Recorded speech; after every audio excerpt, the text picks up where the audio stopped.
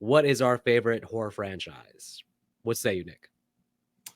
Wait. Can I guess though? I have an idea. I hope you have an idea. All right. Here's my guess.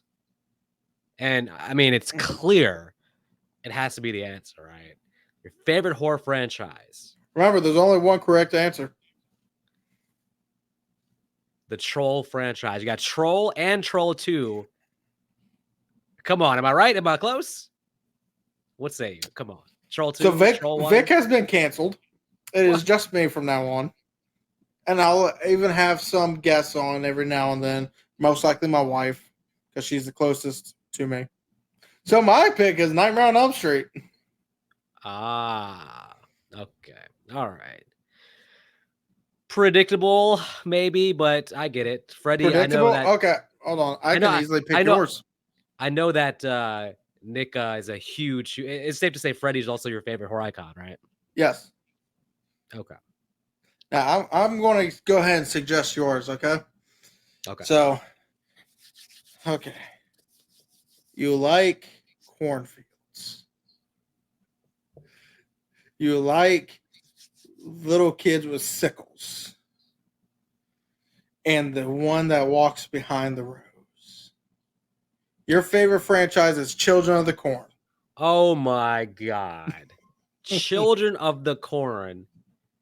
How many of those are there? Like 11 of them? 12? 7? 8? I want to say about 10. Part 10 is The Return of Isaac. No, that's part 6. Listen. That is Children of the Corn 666, Isaac's Return. Listen, the only thing less likely than us reviewing all the Hellraiser sequels is us reviewing the entire Children of the Corn series. Cereal of the Corn.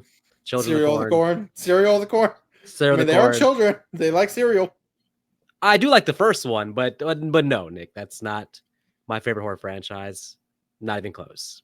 Well, then what is it? It is the one who stalks Camp Crystal Lake and sometimes takes excursions to Manhattan or Hell or wherever that. Yeah. You're talking about. You're talking about Sean S. Cunningham. No. Talking about Jason Voorhees. Friday the 13th, by far the most fun and rewatchable horror franchise on planet Earth. You know it's true. I know it's true. Just like Jason defeating Freddy in Freddy vs. Jason, he also defeats them as a franchise. Nope. Yeah. Nightmare on Elm Street is far better. Has a far better story, far better kills, more fun kills. Does it have a far better remake? Mm-hmm. Until Nightmare comes out with something that can erase the memory of the 2010 remake, it cannot be placed over Friday the 13th until it erases that abomination from its franchise. You know, movies are just like cooks. All the good ones are usually passed on, a thankless job, and then you get the bad one and nobody stops talking about it. One rotten egg ruins the whole thing. Yep.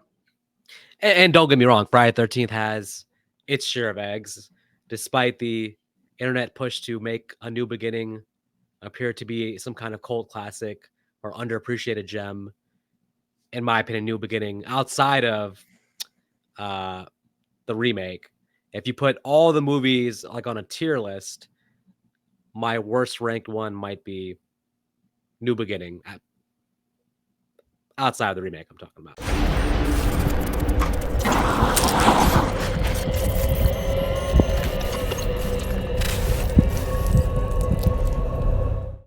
One thing I've noticed about this movie is we actually follow a character who's not a part of the situation. I realized that, and it kind of took away from the movie, in my opinion, because you want your sort of final girl to actually be in jeopardy, and it never really feels like Jamie Lee Curtis is the one being targeted. So it's kind of like, okay, we're following her as like the main character, but she's not getting the phone calls or anything like that. It's like it's there's kind of a weird disconnect there. I guess in a way, her boyfriend is, I guess, sort of the final girl-ish role because he's the last one to actually get like sort of attacked. But Mhm. yeah, what do you? That's It's a weird. it's odd. Yeah, it's kind of odd. It's weird. It's like the director or the writer is like, "Hey, what would happen if we throw in a character as our main character, but we're technically seeing the situation from the sidelines with this character?" I don't think anyone really wants that in their horror movie. Yeah, I guess it's tricky because I mean they established at the beginning that there was a brother and a sister, but yeah, did you need Jamie Lee Curtis's character in the movie even? Like, could you just had the boyfriend dude being the one that's like, being stalked and he fights the villain at the end and he could takes off the mask and reveals it's the little brother, but or the brother of the girl that they killed, but I don't know if you need Jamie Lee Curtis's character really. Like, what purpose is there other than Jamie Lee Curtis. that fantastic 5-minute overly long disco dancing scene?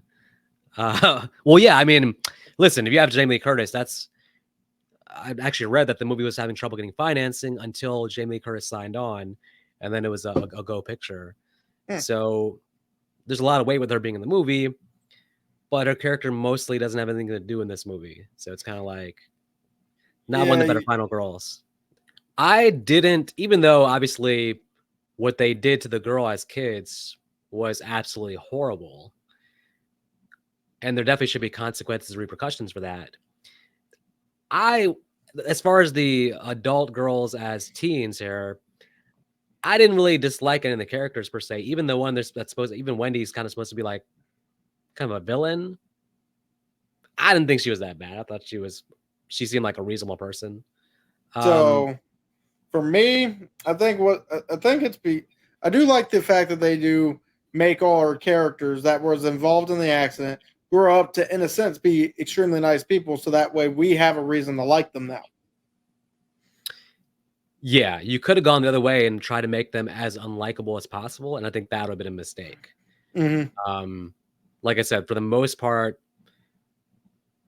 yeah, these characters are like at a point where it's like, well, there should be consequences for what they did, but you don't necessarily want to see them just get killed. So it's interesting. In the movie, it's one of those slow burn movies in effect because the first kill is a full hour into the movie, essentially. Yeah. So there's a lot of buildup here. Well, let's talk about this buildup because I'm wondering, plot twist, the killer is the brother of the dead girl. What the hell, man? Listen, how can you spoil a 44-year-old movie like that? I mean, some people haven't seen it in the last 44 years. Just gave away the ending. Okay, fine. Yep. I'm with anyway, you. Brother's a killer. Yeah. So this kid has had 6 years. I can understand that he's 10 years old when the event happened, so he's not going to be able to go around and just start going on a murderous rampage right away. Right. But to wait until you're 16, 17 years old instead of maybe 15, I mean, it seems like a jump to me, especially since you're waiting for prom night. Like, that's a special event.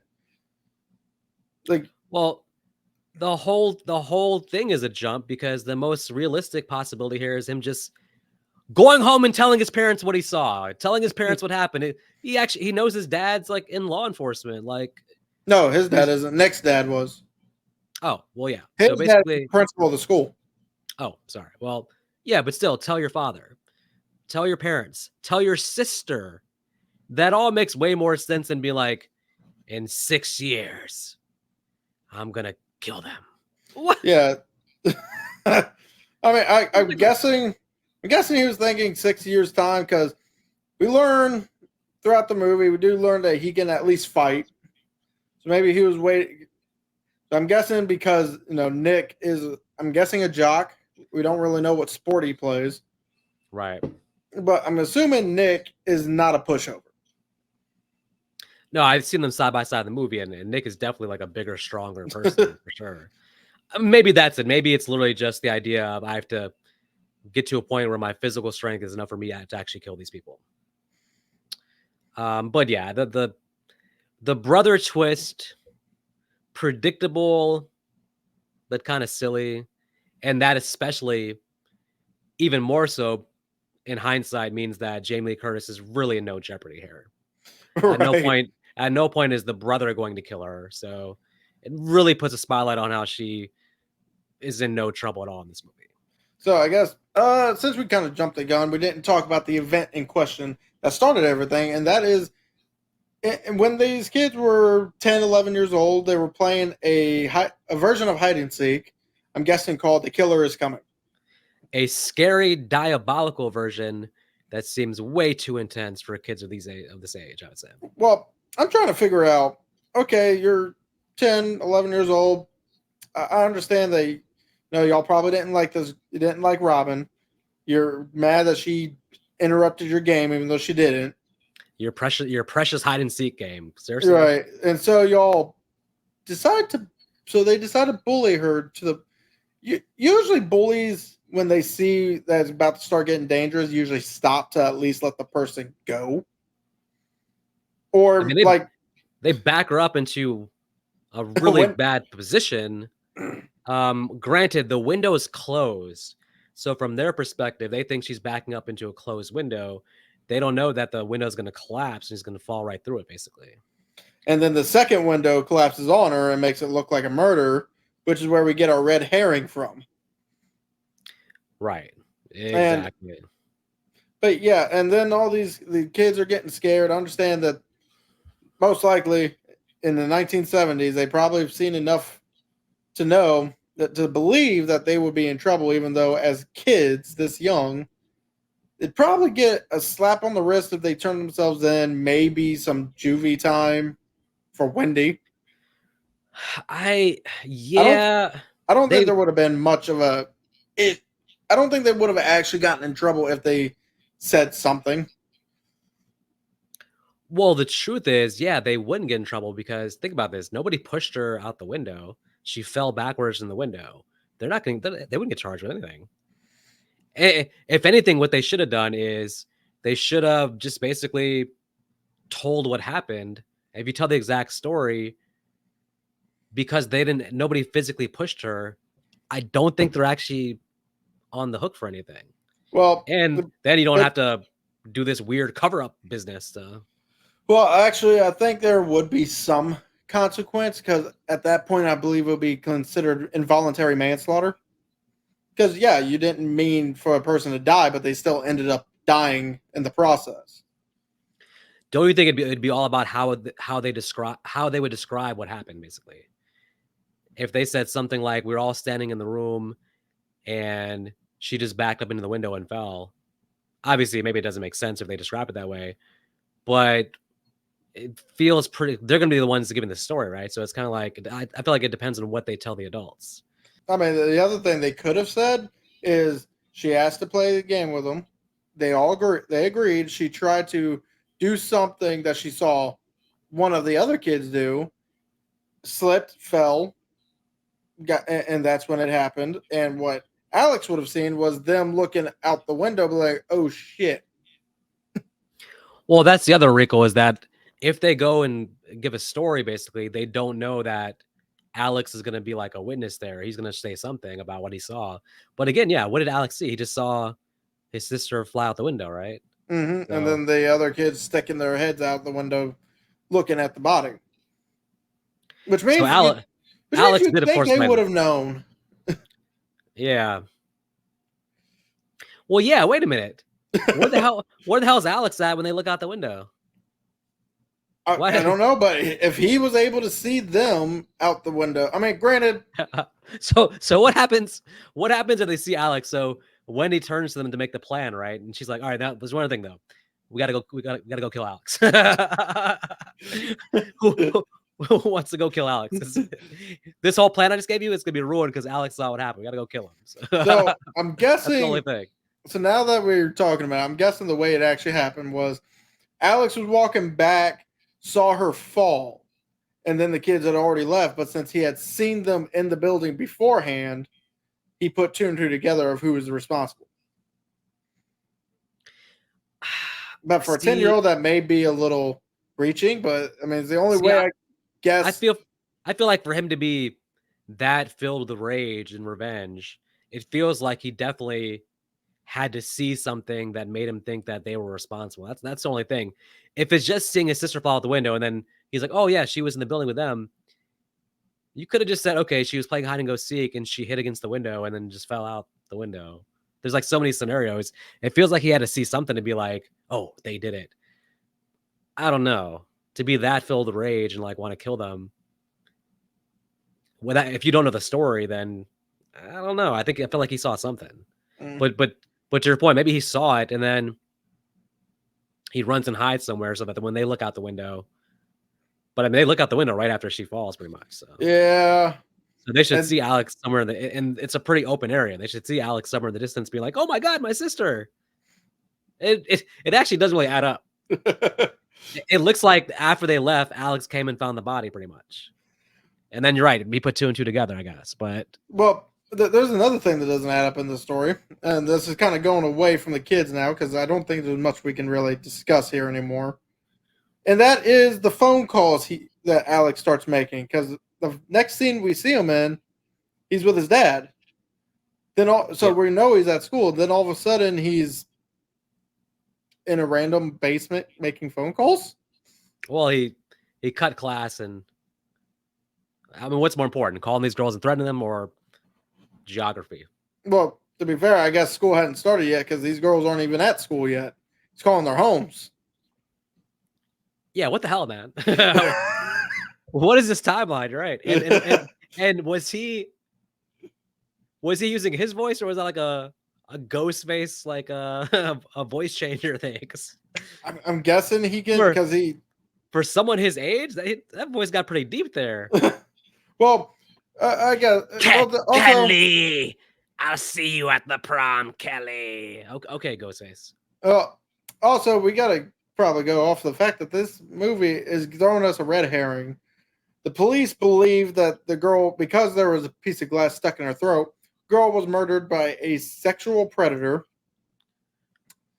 and then they find him. Apparently, I'm assuming burned alive. They said something happened to him that made him so disfigured that he's not going to be able to do much of anything anymore, or at least they believe. But yeah, we get this red herring of an escaped convict, an escaped psychopath. We establish he's dangerous because he actually kills a nurse. Yeah, I mean, I guess, that could have been the killer, right? So, but again, Alex knowing what happened, it's kind of like he could have cleared all this up a long time ago, Alex. Well, to be fair, the merch is a legitimate killer anyway, so him not clearing it up definitely helped the police get him behind an insane asylum. It reminds me of in the Prowler, where there was like there was a fake killer that gotten caught, pretty much, but it wasn't actually our killer. So it seems to be a popular thing back then to have a red herring who then gets caught at some point, and everybody relaxes because like, oh, we caught the killer, but then it's not actually the killer. Yeah, well, I do say at least this movie made it a little bit more clever, because they establish he's in the area to an extent, or was in the area, because they found the body at that old schoolhouse. Right. True. So I guess it's more clever this way because it does add that little intensity of mystery, especially because you're like, okay, this is our killer. You don't know who the legitimate killer is yet. Do you think it would have made sense to have the killer more off screen? Because if we don't see who it is, we don't know if it's a man or a woman. But because we see the killer, we know it's a guy. Because you could have then been like, oh, maybe Jamie Curtis is the killer. By showing him, it kind of kills some of the mystery, because we're like, okay, it's going to be one of the male characters we've met in the movie. Maybe, I mean, you could have, because you could have even said one of the kids through guilt is going to kill the other kids, right? Yeah. I mean, that kind of makes sense. Or Leslie Nielsen clearly was a suspect here, I think. Not really. But only because you can't imagine Leslie Nielsen being the body they show. So that's the whole thing. I just think maybe there was more mystery if like you can even show like the masked face, but maybe not the body. That's the only thing. It kind of puts in a hole of like, okay, this has to be like somebody I'm thinking at that point. So X-nay the phone calls too, then? Well, if they got the Scream 3 futuristic ghost face voice changer, then it can be a woman. But so at least we know who our victims are going to be. By the way, what do you think about the idea of like them getting those phone calls? And on the phone call, he's literally saying, "See you at the prom." If I knew that, hey, that could be just a random phone call, but we did kill this girl like 6 years ago. Like, this sounds maybe like it's related. I wouldn't go to the prom. I'd be on alert a little bit. So, these are high school girls about to go to prom. He did try to call Nick, but Nick had already left with his dad. Yeah. I would say no, because Kelly thought it was her boyfriend. Mm-hmm. Jude thought it was Lou. Mm-hmm. And actually, so did Wendy. So ultimately, they did not think they were in any kind of danger, especially Wendy's not going to think about the girl 6 years ago. It seemed like Jude nor Kelly even thought about the girl 6 years ago. And literally, you'd think Kelly would be the one that would be so apprehensive about that. Probably even break down to Kim, because Kim, Kelly, and Jude are all friends. Oddly enough, yeah, they are friends. I don't know how that. and she's dating Nick. Kim's dating Nick, so they're all. I would think if I was one of the girls, I'd be like, okay, the way for me to move on in my life is to not associate in any way with that family. Yeah, and Nick over here is like, yeah, I'm gonna date her. It's like, I mean, it's like, dude, if you're feeling guilty, which he is, it's like, yeah, this is gonna increase your guilt because you're gonna hear about her talking about how she misses her sister. So I don't know. And there was even one scene where he was about to tell her, mm-hmm. which of course would have probably sent this movie in a completely the other direction.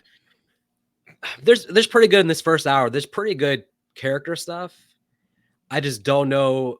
I don't know if a modern audience would like, because you're approaching the idea of this is going to be a slasher, and the first hour is just kind of like not slasherish. It's a lot of setup, which I'm okay with. False scares, the phone calls, I think are a good way to introduce the characters as adults to see who they are. But I got to think in today's world, it'd be like, okay, let's throw in 1 or 2 kills in this first hour. I guess with a revenge plot, though, it's like, what can you do? You could probably see, the problem is you can't kill off one of the girls until you get to the prom, because that would then alert everyone else. Unless you killed one of them, and then in a way where the other girls just think she's late to the prom. They don't know that she's in trouble. Or you pull a Valentine and the girls just don't care. Oh my goodness. When you said pull a Valentine, I thought you meant that you get chased by the killer and you lock yourself, you zip yourself up in a body bag and then wait as a sitting duck and allow yourself to get killed. No, you just end up like the girls from Valentine and just don't give a fuck. There's so many movies that this movie reminds me of, and some came like before, some came after. So Carrie was before this, but this does have a lot of Carrie in it. But then I'm thinking about I Know What You Did Last Summer too, pretty hardcore as well, which I don't know if the book of that was before this or after that. But I'm thinking about that. Carrie. There's a lot of even The Prowler. It's like a lot of movies that this movie makes me think of. So. Yeah, I think it's the whole party aspect, and Valentine too, to your point. Yeah. So, yeah, it's just another issue I have with this movie is the movie is also trying to make you think that Kim, even though we know who the targets are, there's multiple times when the movie tries to make you think Kim is in trouble. it just doesn't make sense. Why would Kim be in trouble if this is somebody who's avenging the death of the girl? Why would the sister in any way be a target? So, Well, the issue is apparently we're supposed to believe that there's a serial killer on the loose right now. We're also supposed to believe that it could be the janitor, which why? yeah. I mean, the janitor is too busy sitting there staring at people like this that he can't even speak right. Yeah, but the thing is, we know this has to be related to that opening events, though. It's like it's got to be a revenge thing, pretty much. That's the only thing that makes sense. So for these specific characters to be targeted, it has to be related to that. So that's why There's it's kind no of like, yeah, there's no it, reason for us to get suspense scenes with Kim at all. Um, there's only one scenario where Jamie Lee Curtis is in trouble here, and that is if going by her other horror franchise, which remember the Halloween, her brother in that movie was Michael Myers, wanted to kill his sister. So yeah. if her brother in this one was Michael Myers, she might be in trouble. But with this brother, I don't think so. Well, let's go ahead and jump to the kills. I think we've discussed this first hour a good amount. So our first death is the most innocent one in Kelly. She She gets a really raw deal here, honestly. she does. She has an asshole boyfriend who leaves her because she refuses to have sex with him. And then the killer comes up behind him and slits her throat with a piece of glass. Now, the movie doesn't show it, but you can imagine how painful that is. And I'm just thinking, like, killer guy, this is so inappropriate, man. Give her a moment. She just had a bad moment with her boyfriend. Let her recover emotionally from that. She's emotionally devastated by that, and then you kill her. I'm like, man, just pile on, killer. Can you give her 5 minutes, please? Then kill her. Jeez. So I know I just bagged on saying that I feel like Kelly is the least well acted character, but I will say her death scene, at least the close up of her eyes, definitely is definitely really good acting in her part because it does show the realization of what's happening and slowly goes to her life just draining out of her body. Now, did she think that her boyfriend had been so annoyed that he came back and killed her? Like, that's what do you think she was thinking at that point? I mean, I know it's a kind of a morbid thing to think about, but somebody is killing her. She's got to be like, it's the thing in Halloween with the character Linda, where she thinks Bob is playing a joke on her Mm. by coming up there. So she probably died thinking that her boyfriend strangled her to death, which adds another layer of terror to the whole thing, pretty much. Speaking of inappropriateness, my killer guy, I understand you're on a revenge motif to kill, to get revenge here. I get it. But my man Slick had nothing to do with this, man. He had nothing to do with this. I I So don't like first off, I don't like Slick being involved. Slick has no business dying here. This is silly. so first off, Slick was just wrong place, wrong time. He saw the killer, and if the killer didn't kill him, he would have went back into the prom and told everyone what happened, which would have made the killer's job even harder at this point. So I understand why they did it. Um, the other problem is it's not really a problem. It's kind of funny. So when I watched this movie was it like last Sunday? My wife was sitting next to me, and she literally told me my favorite character is McLovin. She's There been was a call- strong McLovin vibe there. she was calling Slick McLovin the whole time, and it was pretty damn funny actually. But I do so Jude's death again, in a sense, off screen. She gets stabbed in the face twice, and then Slick punches the crap out of our killer.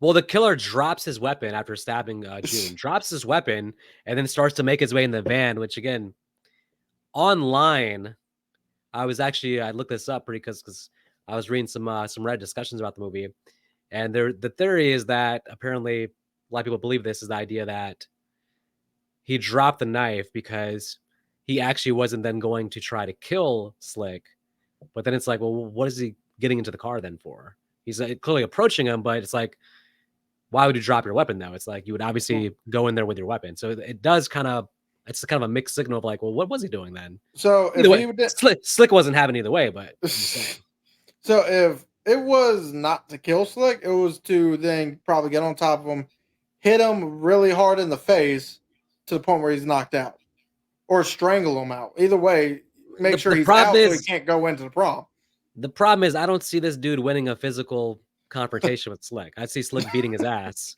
Well, we If they're kind of just see like, that. yeah, Slick hit him in a very uncomfortable spot, nonetheless, and Alex flew out of that van. yeah, I don't think the small kid's like, I'm gonna go. Let me go in the van and beat up Slick. Like, I don't think that's. I would think that if he's going to kill him, he's like, I'm gonna need this weapon. Yeah, Slick punches the shit out of him. Dude flies out the van. Slick actually acting like a smart, like a quick fight or flight thing. I'm just getting the van. I'm gonna back up and try to hit him. This man was ready for that. He wanted that smoke. I'll tell you what. Well, he got some smoke. Well, now you get the scene gets kind of goofy because there's like 2 times where Alex flies out the van, and then you see him like climbing back in. And it's like kind of it looks goofy from the far shot of him like flying out and then flying. Yeah, it's like a little looks like a skinny 100-pound kid like jumping back in the van, like, hey, I'm not done with you yet. But then it's like, yeah, and then the other thing gets ridiculous is if you're Alex, Slick is driving, right? And you're in the car with him.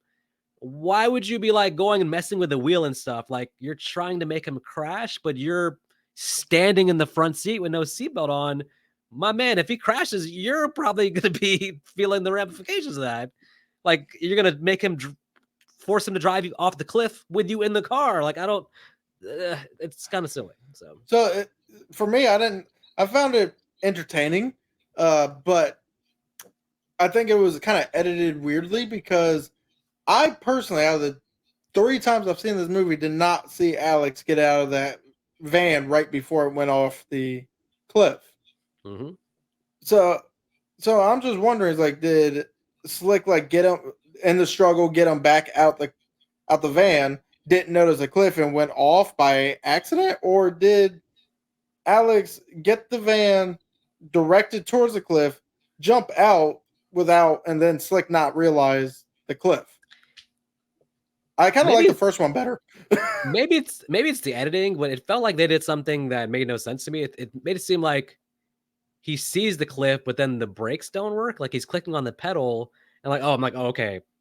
Why would the brakes suddenly not work? Like, I don't understand. It seems like he slams down the brakes, but nothing happens. So I don't know. Which is weird because that whole time we see him switching between brake and pedal, showing that brakes do work. Yeah, because if the dude has left him alone, he flew out the van. That still seems like plenty of time for Slick to look ahead and just see, hey, there's the cliff right there. Like, and like again, the editing makes it seem like he tries it like to slam on the brakes, but I guess he's like maybe too close to the cliff already, and the brakes don't work, and he just still flies over. But it's like, man, Slick, you had one job here to not go over the cliff. There's only one outcome that you cannot survive here. That's you going over the cliff. So I don't know. It's actually unexpected. Not to say the movie's like so low budget that you don't expect like anything like that, but yeah, I don't really expect like a huge explosion action scene death there. But I just wanted some more. That's probably where all the budget went. I just wanted me and maybe 6 people in Idaho. We want justice for Slick. He had no business dying here. He has nothing to do with any of this. Seems like a cool dude and just killed for no reason. And when you kill somebody who's not involved, knowing who we know is the killer, the idea I think is supposed to be like to kind of sympathize with the killer and be like, hey, we understand why you're doing this because you hold them accountable for your sister. When you kill somebody who has nothing to do with it, immediately you're just like, okay, well that. I think we had this complaint about. I know it did last summer that it was like, and that if I remember correctly, it was the idea of like also like the fishmonger dude who got killed. It's like that dude was just like killing off. Now later on in the sequel, we find that Ben Willis doesn't matter. He'll kill off an entire island. He doesn't care. But it's like, well, the movie is better story wise if he's just trying to kill the people specifically who has wronged him. When you kill other people on the side, it just takes away from the killer's motivation, basically. So, I mean, like I said, I still understand that he went after him so he didn't get ratted out before he could accomplish his goal. Because obviously, Slick wouldn't have been able to say, "Oh, it was Alex," because he didn't see his face. So I can agree. I can understand if he tried to get into the van just so he can choke him out or knock him out. Again, that again by the logic of, oh, he saw me, I gotta take him out. Him dropping the weapon just does not make any sense. He's him dropping the weapon and slowly getting the van where the dude is in a position above you, basically. That's why he punches the shit out of him, because he's in a better position to actually fight than the guy who's crawling to the van. And on top of that, you're going in the van to confront somebody who's like clearly physically stronger than you. It's just it doesn't make sense at all. But you're Yeah. right. Why go in the van then? Are you going in the van just to be like, hey, it's me, Alex? I don't know. Like Well, he can't really say, "Hey, it's me, Alex," because actually Seymour doesn't even know who Alex was, or Slick didn't even know. Slick just met Jude the yeah, same night that he slept with her. that's true. Yeah. So the highlight of this movie for me is definitely this Wendy chase scene. And again, not to continue to reference I Know You Did Last Summer, but it reminds me so much of Helen's chase scene in I Know You Did Last Summer. So, I mean, uh, it's so good by the end of it. I'm cheering for Wendy, which she's supposed to be her villain, but she puts up such a good chase, a good fight here, that you're actually on her side by the end of it, which I didn't think was possible. So, I mean, props to her. She definitely didn't make it easy for him. So, yeah, she didn't. I mean, she knocked him down. She found some pretty decent hiding spots. She even locked one door, but left another one unlocked, so that way she could escape easily when she was in the car. I don't know if that was intentional or if she just fucked up there. But unfortunately, her downside of the whole chase, because she almost got away, the downside was she just happened to be in the same room as Kelly. now the problem with this scene at the end here is one thing is where she was hiding, the room she was hiding, right? Did she have a lock to where she could lock the door? Nope. Okay. Because where she's hiding, it's like the killer would have to know she's in that room. Because there's a at the end there's a hallway, there's a door at the hallway, and then there's like the closet she's in. And the door at the He hallway is locked. So yeah, he's gonna know she's in there, but he doesn't come in there, which makes me think that maybe the door was locked. He's like, okay, I have to wait for her to come out to get her. Otherwise, like minutes go by and he makes no attempt to open the door or anything. So I'm like, okay, he's waiting outside. Now she also would know that, hey, he's probably out there. So if there's no lock, then she needs to basically be at the door, either holding it which to she make was sure he doing. doesn't come in. Got it. Okay, it's not to say that obviously seeing a dead body is going to be traumatizing. It's one of your best friend or one of your well, maybe not your best I friend, don't even but think her and Kelly were friends anymore. Her, Kelly, and Jude did not hang out. It was always Kelly, Jude, and Kim that were hanging out. okay. So seeing a body is going to be shocking and it's going to be sort of um make you maybe jump, right? But I don't think it's enough to make you want to go out to where the killer is versus stay in the room. That seemed like not a real reaction that she'd be like, oh my God, a body.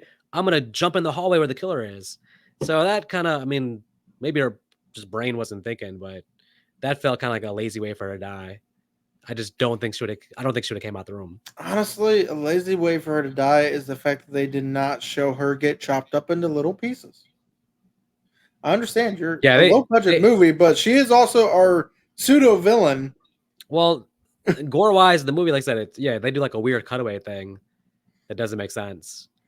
with him Um, screaming now. yeah. But still, you'd think at least with Wendy, they would have showed something like maybe the axe going to her chest, and then a cut, and then the black screen of him just chopping her pieces. Well, this movie, like I said, it doesn't really have. It's mostly sort of off-screen kills in a way, basically. And maybe that's the lack of not having Tom Savini here, who would have hooked them up with some crazy death scenes. But it's mostly off-screen stuff. And you're right. After that epic, honestly, one of the better chase scenes in a horror movie. Like you would want a better payoff than just nothingness. But I mean, for being 1980 at this point, I think we've seen it all the time. The cliche of wherever the hero is hiding, a body's gonna fall out basically. And the cliche is always like the killer's there, so they have to like keep quiet and not scream while they like a body drops in front of them and stuff like that. But this being so early on, 1980, it was the opposite. It was the body makes her scream and run, but I just don't think she's diving into the hallway to get axed at that point. It just makes no sense. But let's anyways, be fair. Wendy is not our hero, so. I mean, she might as well have been, because this is pretty much, this is the climax. That was the climax of the movie, I would say, pretty much. So we get one more death, and it was again someone who was not there, was not present at the time of Robin's death, but Lou is our secondary villain as well, behind Wendy, because Wendy was the brains. This guy was just there to be the strength, and that's apparent by him knocking Nick around. If he had a brain, it's gone now. So yeah, he gets decapitated with the only kill we actually see on screen. No, this is kind of fun. I'll say this is a fun decapitation. Especially since it just rolls out into the audience and everyone sees the head. Right, because of what we had seen before in the movie, I just thought it was gonna be off screen. I thought, show him swing it and then cuts off screen, but they showed it. I was like, oh, well, damn, finally showed something, huh? So right, and then we get a kind of fight, a kind of. I mean, I guess they did something else to Nick to make his leg hurt, other than just punched him. Because I only saw Lou punch him. He hurt his leg during the dance scene. All the dancing made his leg. we didn't mention the dance scene, but it's fine, but it's kind of out of place for like a slasher. I don't know. It's kind of like, and it kind of dates the movie because it's a disco type dance. Disco throwdown. Well, and Jamie Lee Curtis was, like I said, a trained dancer actually. Oh. IMDb said that the actor had to be replaced by a dancing stunt double pretty much because he couldn't keep up with her. So, yeah, kind of an awkward scene, but still, this rollover, it's not even a fight; it's just rolling. The only real clue you get that this is Alex is the fact that he never swings at Kim. Yeah, because from your logic of like, oh well, he went after Slick because Slick was with him. Well, that means then in this case, why would he not then go after Jamie Curtis or Kimberly, who's like also with him and also actively fighting him to try to get him off? So, yeah, and I think that by this time, I think that because we haven't seen the brother in a while, I think it's pretty clear that the killer is either the brother or Leslie Nielsen. So, because they mentioned Leslie Nielsen's character disappeared at some point. No one knows where he's at. Another red herring, and hey, the father going crazy makes sense. That would make sense. Yeah, but that would assume that the father knew what happened. Right, true. And also, I feel like Nick, even with a hurt leg, would probably be able to take out Leslie Nielsen because the guy's not that big compared to him. He's got old man strength, though. All right, well, Jamie Lee, Kimberly, she knocks the shit out of him. Yep, with the blade. Apparently, because he dies from this. I mean, I don't know how. I don't see a cut on his head. I guess it was just like the brain damage, like a extreme concussion brain damage. Well, if you watch the scene, she uses the blade part of the axe to hit him. So it would be safe to assume she got him in the head with the blade part of the axe. So she did puncture him somewhere, and there was also blood coming out. But again, not a lot of blood though. No, just enough to cover half his face. Yeah. And then I guess he's in shock because his sister swung on him. It's like, well, if you didn't want your sister to swing on you, you probably should have. At the point, it's like, I'm don't kill me. Well, he should have not. He should have not attacked Nick then when Nick is with his sister. Like, what do you think is going to happen at that point? If you're attacking with your sister right there, that's her boyfriend. She's going to try to fight you then. So, well, it's funny too because as long as her and Nick are together, he would have had multiple opportunities. He could have stopped with the 4 he took out. No one would have known who he was, and they would have went about their lives and eventually got his revenge on Nick. Right. Why did it have to be at prom? The movie has some like connection with prom that we don't know what that is, though. It's like, why does this kid care about prom? You're right. He could have just bid his time and then later on got Nick down the line. I mean, I'm surprised that if the plan was to go ahead and kill everybody involved with the thing, Nick's the one that basically gets off the hook. He was involved, but everybody else gets killed, but he gets to be like, well, I'm good though. So I think I would have known. I think I know a way Alex could have gotten back at Nick without actually having to kill him, without getting into that fight, without dying himself. He goes up to Kim. Yep. He tells Kim what he saw, tells Kim exactly what happened. Mm-hmm. Sure, that would, in her mind, that would probably put her state of mind be like, oh, so you're the one who killed those 4 people. Mm-hmm. But then there would be that issue with Nick, because it does seem that Nick actually does care about her. So Nick and Kim have their little bout, and then when Nick is alone, start for wanting Kim back, sad that he didn't come clean earlier. That's when, while he's sitting at the bluffs, probably just, crying his eyes out, that's when Alex could have came up and just Sparta kicked him right off the bluffs. I thought he wasn't going to die in this scenario. I thought it was going to be some torment where, so after all that, he still gets kicked off the cliff. So, well, let's face it. I mean, Nick's still a young person. Eventually, he would have found another love and gotten with her, and his life would be hunky dory. I got a better ending than that. Even Slick comes back and pulls him off the bluffs. Well, no, at the prom,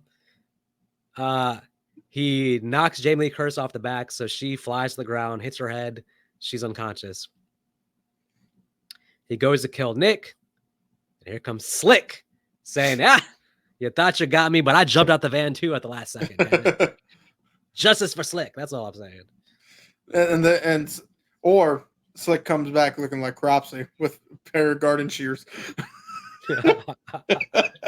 Oh God! And then we have an axe garden shear fight. Let's just throw and then the Prowler shows up. Let's just throw him in there too. So, because wait a minute, the Prowler does have that connection to parties, prom, right? Yeah, to the dance. Well, graduation party for a college, but in a sense, prom. They probably could have showed him and been like, "What are you doing here?" And this is my territory. That would have been interesting. Anyways, I don't Alex, and we find out Alex is a sniveling, dying person. Yeah, but and you can tell they're trying to go for a sad ending. Like he dies, and you're supposed to be like, "Oh no, poor Alex." I'm like, I didn't forget about him killing all the girls and killing Slick. Like, he at that point he deserved to die. So I mean, I know he's getting revenge, and I'm sad for Jamie Lee Curtis losing her brother, but she has to realize when she thinks about it, it's like, wait a minute, my brother actually killed. Well, she doesn't know about these deaths yet, but it's like he killed like 5 people today, like. So, but she wouldn't have known about that yet. I guess that's true. Well, right? She probably would have still realized something happened, considering the fact that he tried to kill Nick. Yeah, Jamie Lee Curtis, no matter how she feels, she knows her brother tried to kill Nick, but then she's also about to find out that all her friends were killed too. So, right, it's a really bad night. Bad night at prom night. I'll tell you what, though, if she took off the mask and it was Leslie Nielsen, I would have laughed my ass off. I'd be like, what? That was his last line. And his last line would have been, "Don't call me Shirley." Oh yeah, that or his last line thing was, and I would have got away with it too if it wasn't for you stupid kids and their dog. Scooby-Doo reference. I know what it is, but that's always the thing. You take the mask off, like I don't want to get away with it. I know what it is, but they don't have a dog. I know. I'm just saying. He could have just said, And I got away with it. I would have got away with it too if it wasn't for whoever. So So best performance. the ending fell flat for me. That's all I'm gonna say. It fell flat. So best standout performance. Well, it feels like it'd be lazy just to give it to Jamie Lee Curtis just because she's Jamie Lee Curtis. We know she's probably the best actor in the movie. She always elevates everything. But Slick. I'm going to it's either Slick or Wendy for me in terms of just Wendy's chase scene was sold very well by the actress. Well, the actress herself was damn good as our quote unquote human villain. Yeah. Or non-killer villain, because she's extremely spiteful. She has clear motivation, even though, obviously as a 32-year-old man, I don't understand the motivation. She still has a clear one. Yeah. I think that she did a good job with pretty much all her scenes.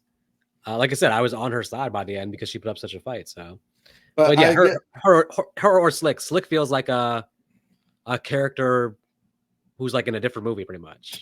He feels like somebody who would be like in a teen comedy in some different world. So, well, the reason I like Slick is he was definitely a smooth talker. I mean, he literally got a girl one day of meeting her. He's like, "Hey, let's go to prom. Let's do it." he definitely had the charisma of being such a likable character, and he was a likable character. And I do like, and this goes for almost any character that actually knew what was going on. I do like that he did what he could to try and survive.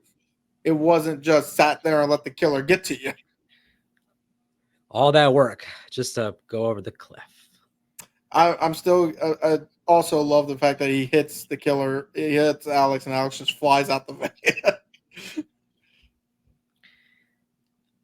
Poor Slack. Yeah, that's true too. Yeah. All right. What else is there? Tommy Jarvis Award. So, who's to blame for this? I'm giving it to Wendy because ultimately the other three, Jew, Kelly, and Nick, were all like, "Hey, we need to let someone know. We need to go find someone," which probably would have gotten Alex to not want revenge for it.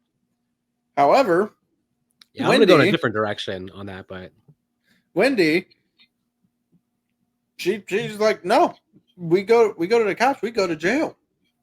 Let's get out of here." So ultimately, I feel like it was Wendy's fault. You're going to blame Robin, aren't you, you little bastard? No. It's like she shouldn't have went into that schoolhouse anyway. No, I'm blaming Alex. Alex, who saw what happened, apparently, could have nipped this all in the bud and then went and told what happened. They would have the kids would have gotten their consequences. But then Slick would still be alive because then Alex doesn't have to waste his own life by eventually what happened to him too. Like Alex had a lot of control of the situation. Him being like, okay, the best course of action is for me to send this for 6 years and then kill everybody.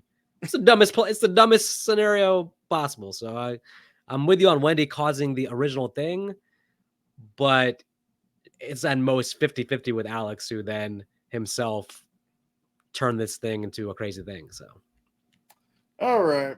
Well, needed more focus. I'm gonna say, because I do have one that it was a subplot. It was a subplot that did kind of end, but I'm just wondering, why did the police automatically assume that it was a sexual predator that killed this girl when Robin didn't show any signs of any kind of sexual attack?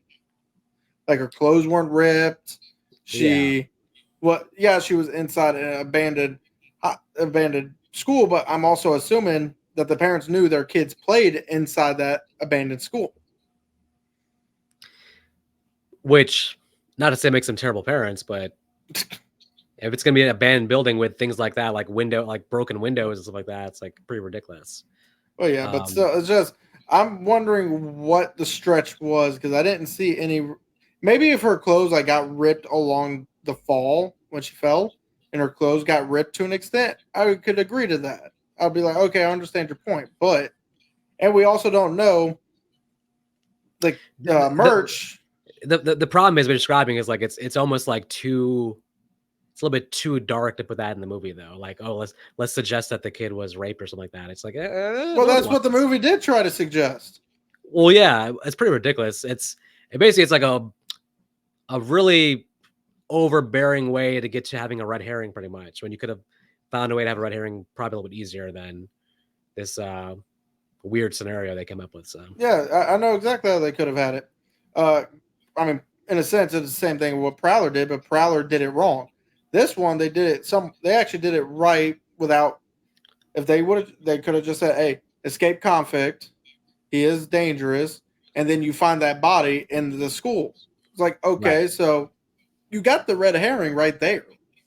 that's true. You got it. So you don't Yeah. need it. You didn't need to add the whole. Oh, we think it was a sexual attack. It's like, where? I don't understand how. Plus, we don't know Merch at all. So we don't know Mhm. what his preferences are. For all we know, he Right. could leave kid. He could be the type of killer to leave kids alone. Yeah, I mean, there's a lot of right things in the movie that could have been improved on for sure. So that's one of them. So, but yeah, I don't have much. I would say need more focus. I would say that given it's a going to be an hour and a half movie, I feel pretty satisfied with what they gave us. So Alrighty, well, who went first last time? Me or you? I don't I think it know. was me that went first. So you go first. Prom Night. Well, it definitely has its place in slasher history. There's a lot of movies that will remind you. This will remind you of. You'll be like, "Oh, I seen that hair. I seen that hair." But this one was one of the first movies to do these things. So it has some value. The acting is pretty good for the most part. Um, but I would say that I think a modern audience may struggle with this movie because it is kind of slow. The first hour has no kills. There's not much tension. There's not a lot going on. So I would recommend it as a one time watch, but I don't think it's one that needs like classic status or rewatchability or anything. There's not much in the kills. Um, and the ending I feel like was kind of lame. So I would say I recommend it to watch it just to say, hey, I've seen Prom Night. It's one of those early slashers that if you're a horror fan, you want to at least take that in once. But overall, kind of bland, I would say. Nothing stands out too much. One really good chase scene, but doesn't really stand out in any big way. Kind of bland. And apparently the sequel is held in higher regard than this one. So I'm gonna say like a very, very light recommend only for hardcore slasher fans who want to just check off the box of saying, "Hey, I've seen Prom Night." But if you weren't a hardcore slasher fan, there's not much here for you at all. So Okay. I can definitely agree with that because overall, this movie has too low of a budget to be able to show certain effects that slasher fans would have loved to see. Uh, as Vic said, the reason I think the ending is bland not really the fact of the reveal. The reveal was okay. It was the mm, fact that we got a roll on the floor fight instead of a legitimate people getting punched in the face. mhm. Uh, literally, Slick's death felt like could have been more of a climax scene than this one. But overall, the No. characters were good. The red herrings were okay, minus one little tidbit that I brought up earlier. And the my main negative is we followed a character that was in no danger at all, so we didn't feel any real intensity. We didn't feel any kind of struggle of what this character has to go through. Very true. So, so overall, I agree. It is definitely one of those movies. It'll be fun to watch just one time, and maybe again 20 years down the line when you forget all about it.